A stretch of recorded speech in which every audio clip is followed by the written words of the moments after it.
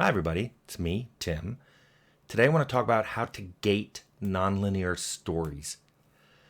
This comes from a question from Galaxy 5 Production, who asks, when you're programming a game, how do you make sure things happen in sequence according to a story? Not only so that A, B, and C happen before D, but also maybe events E and F can happen at any time between events A and Z, or maybe based on player decisions, events change, etc. Interesting question. I do have a video already on nonlinear stories, but I didn't really talk about the gating stage or gating events, which does happen. I'll give examples from Fallout and Arcanum as I go along to just kind of explain those ideas and how it kind of changed how I did things over time. But I want to make something clear, and it's probably just the wording you chose. But this kind of gating happens at your design stage. Do not leave this to programmers. You mentioned in the question, when you're programming a game, I would not leave storyline gating to programmers. They may give you the tools to do it, but this is a design task, specifically a narrative design task. So first off, let's assume you're at the very beginning of your game development. So you're doing your story development, which is step 2. Remember, I had 3 steps to making a game. There was make your setting, make your story, make your system mechanics. They're even alphabetical, so it's easy to remember. Setting, story, system mechanics. So you're in step 2. You've got your setting well defined. Now you're working on your storyline. And what you want to do, first of all, is try to make it so that your story has as few ordered steps as possible. So if the player needs to do A, B, and C, let them do it in any order. The original Fallout worked like this. We told you to go get the water chip, and then you were supposed to discover that you had to destroy the mutant army and kill the master. Turns out you could skip doing the water chip altogether. We didn't intend that. We did intend A to come first, but then you could do B and C in any order.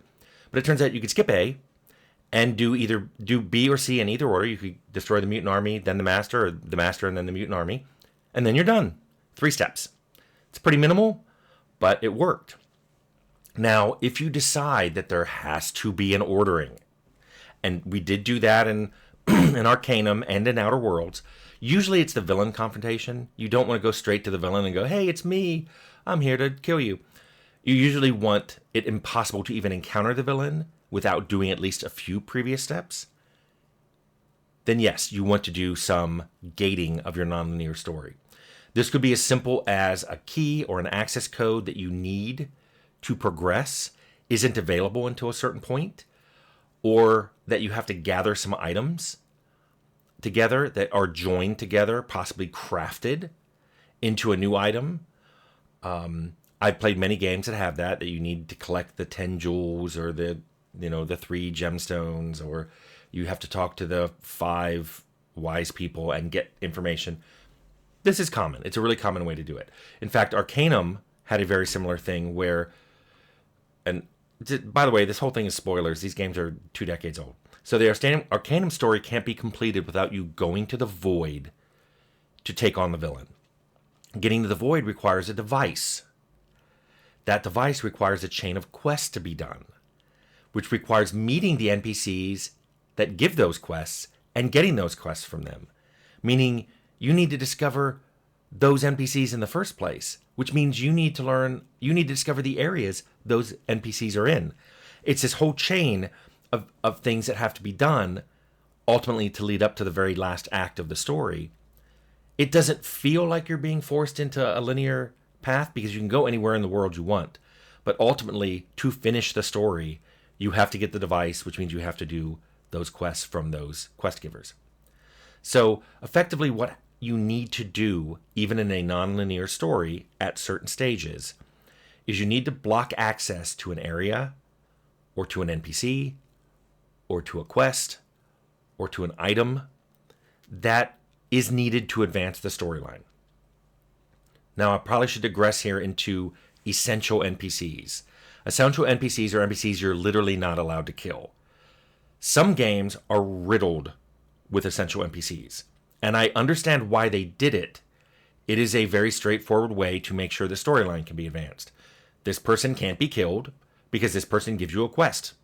that advances the story, or gives you an item, or gives you a piece of information. Personally, I hate essential NPCs. Essential NPCs smack the player in the face with player agency. If I'm not allowed to kill, or at least try to kill, an NPC, why does your game have combat? What is special about this NPC? Now, if you make an NPC that is immortal, so you're hitting on them, and if they die, they pop right back. If it's part of the storyline, okay. It's still a little shady in my mind, but I'm like, it's like Amnesia. I'll give that to you once, but you better not do that in every game you make. So there are a couple ways around. If ever you ended up in a situation where you're like, I just need to make this NPC essential, there are some ways around it. You can make them essential at first, either literally essential, like they're marked as unkillable, and then once they give you whatever information you need, whatever it is you need to advance the storyline, once they give it to you, you can mark them as unessential, and now you can kill them. We did that in Fallout, sort of, with the Overseer. Actually, you could fight him, you could attack him, but I don't think you could kill him. But at the end of the game, when he came out to tell you, hey, we're kicking you out, he isn't marked as essential anymore. So you can take out any frustration you have on the Overseer at that point. Another thing you could do is the way they contact you. They're essential, but not in a way that's obvious. Like maybe they send a phantasmal image if it's a fantasy game. Or maybe they, give you a hologram call if it's a sci-fi game. You can't kill them, but they're talking to you. So you can interact with them. But another way to do it is to just say they're not essential, and the information you would get from them, you always have a means to get a backup. Usually this means they drop an item. Maybe you need a passphrase that you have to say to the mystical guardian that opens this giant mountain-sized stone door. There's no way you're going to break through it. So you need this passphrase. Let's say there's an NPC who knows it. Normally he'd want you to do a bunch of quests or pay a lot of money or something. He has something he wants you to do to get this passphrase. So you kill him. A lot of games, mine included, would have the passphrase he wrote down in a journal. Great, now you have the passphrase. However, it always feels like that's a shortcut because you were supposed to do all these quests, all this storyline to get him to give you the passphrase. So other ways we've done it is in his journal, it just tells you where he found the passphrase. Like I found it from the Oracle at the bottom of the Skuzzblat dungeon. So you go off to the Skuzzblat dungeon, fight your way down to the bottom, and the Oracle can tell you the passphrase. Of course, there's always the problem of what if you kill the Oracle? Or what if you've already done that dungeon and you killed the Oracle when you were there? Yes, maybe you have to make the Oracle. The Oracle is just a ball of gas, a ball of light, so it can't really be killed. You could do that. You could also say that you can't, for some reason, the Skuzzblat dungeon itself is unavailable unless the NPC is dead. Like maybe he has a key to that dungeon and he has a note saying, I found it in that dungeon. So if you kill him, you now have this key that'll let you go in a dungeon and have an alternate way of getting the passcode. So there's always ways you can push a gating mechanism into the right location. So it still feels like the player has agency, but they're still going to do things in a certain order that you predicted so that your story can unfold in a certain way. Now, let me give you a big caveat with this. Please only do this gating if you have to, if you need to, not just if you want to. And you should always look really hard at the story and say, do I have to do this? Because often it's just you want to, but you don't need to. And you may think, well, the story unfolds better this way, but a story in a game is the story the player is telling to themselves. You can put in story elements, but the player is the one who should drive the story. If you're trying to drive the story so hard that you need multiple linear gated story points, maybe you should write a movie. Maybe you should write a book, because you're trying to force a game to be something that it doesn't need to be. Sure, there are linear games out there. I don't make them, and I don't play a lot of them, so you're asking the wrong person. This is how I would make a non-linear story with gating. Now, I've said this before. Fallout had 3 acts.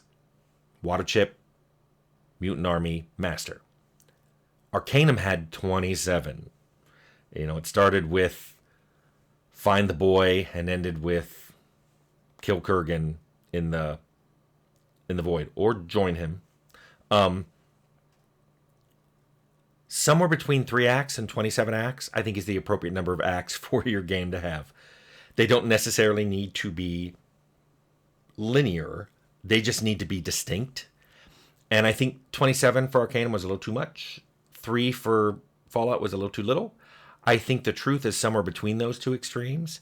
And if you're writing down your storyline, try to break it up into acts, somewhere between 3 and 27. And then think about if those acts have to come in a certain order. They shouldn't need to.